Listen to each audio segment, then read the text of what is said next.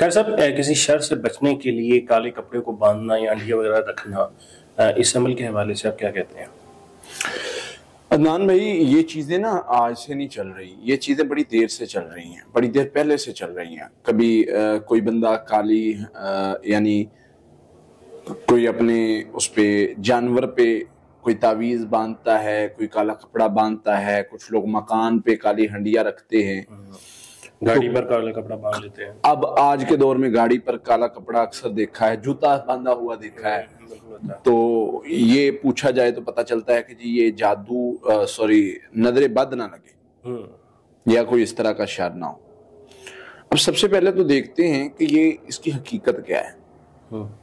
اصل میں بہت ساری چیزیں ہم نے ہندوؤں سے لی ہیں، بہت ساری رسومات، کیونکہ ہم 100 سال پہلے ان کے ساتھ ہی رہتے تھے اور کچھ لوگ ابھی بھی، تو وہ رسومات ہمارے اندر ہیں، وہ چلتی آ رہی ہیں۔ اور اگر ہم شرعی اعتبار سے دیکھیں، اللہ کے نبی صلی اللہ علیہ وسلم کے دور میں یہ ساری چیزیں نہیں تھی۔ اللہ کے نبی صلی اللہ علیہ وسلم کے دور میں ایک صحابی کی پراپر ذمہ داری ڈیوٹی تھی کہ جو تجارت کا مال آنا ہے اس کے گلے میں جتنے تویز ہیں، جتنے جوتے ہیں، جتنے کڑے ہیں، وہ ساری چیزوں کو وہ کاٹتے تھے اللہ کا نام لے کے، اور مسکراتے تھے ان کے بے بسی پہ کہ دیکھو یار، یہ جانوروں کو پٹیاں باندھ کے، تویز باندھ کے اور کالی وہ باندھ کے کہتے ہیں کہ یہ نظر سے بچ جائے گا اور بک جائے گا یا یہ اس سے فائدہ ہوگا، یہ جھوٹے ہیں۔ آپ دیکھیں کہ آپ کو لگایا کس طرف جا رہا ہے، دنیا کہاں پہنچ گئی ہے۔ اور اللہ کے نبی صلی اللہ علیہ وسلم نے جو تربیت کی ہے کہ تم نے پڑھ کے اپنے آپ کو سیو کرنا ہے، تم پڑھو گے تو محفوظ ہوگے۔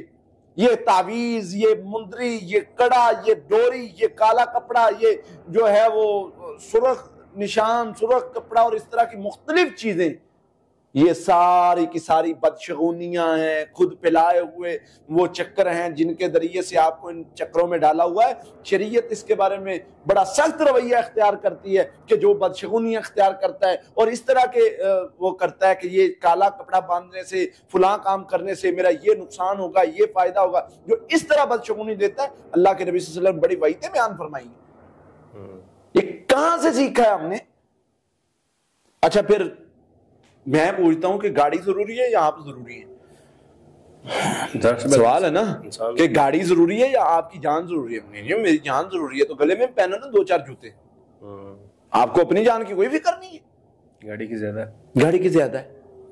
اور یقین کریں، اللہ کے نبی مسند احمد میں حدیث موجود ہے، اللہ کے نبی صلی اللہ علیہ وسلم نے فرمایا جو بندہ اس کو لیتا ہے، کوئی بھی کام کرتا ہے، کڑا پہن لیا، ڈوری پہن لی، کچھ بھی مطلب پہن لیا، اور پھر وہ کہتا ہے کہ یہ صحیح ہے، نبی صلی اللہ علیہ وسلم نے فرمایا اس نے میرا انکار کیا، شریعت کا انکار کیا، اور فرمایا اللہ کے نبی صلی اللہ علیہ وسلم نے جو اس کو پہن لیتا ہے اللہ تعالیٰ اس سے اپنا ذمہ اٹھا لیتے ہیں، فرماتے ہیں جا اس سے شفا لے، اس سے حفاظت لے، میں نہیں تیری حفاظت کروں گا۔